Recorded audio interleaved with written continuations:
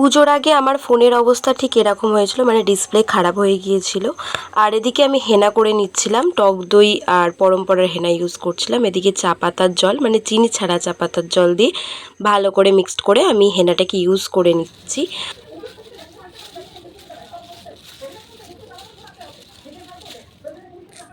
তারপর দেখি মা দুর্গা এসে গেছেন, মানে পঞ্চমীর দিনই এসেছেন। আমি দেখলাম ষষ্ঠীর দিন, আর ষষ্ঠীর দিনে আমি প্রথমবার নেলস করাচ্ছি। আমার তো ভীষণই ভালো লেগেছে। তোমাদের কেমন লেগেছে অবশ্যই কিন্তু কমেন্ট সেকশনে জানিও। আমি কিন্তু 2 হাতে নেলস করিয়েছিলাম। সকালে নাচের প্রোগ্রাম থেকে ফিরেই আমি রেস্ট নিয়ে একটু রেডি শেডি হয়ে শাড়ি ঠাড়ি পরে বেরিয়ে পড়েছি অঞ্জলি দেওয়ার জন্য। আর আমাকে কেমন লাগছে এই শাড়িটায় অবশ্যই কিন্তু জানিও।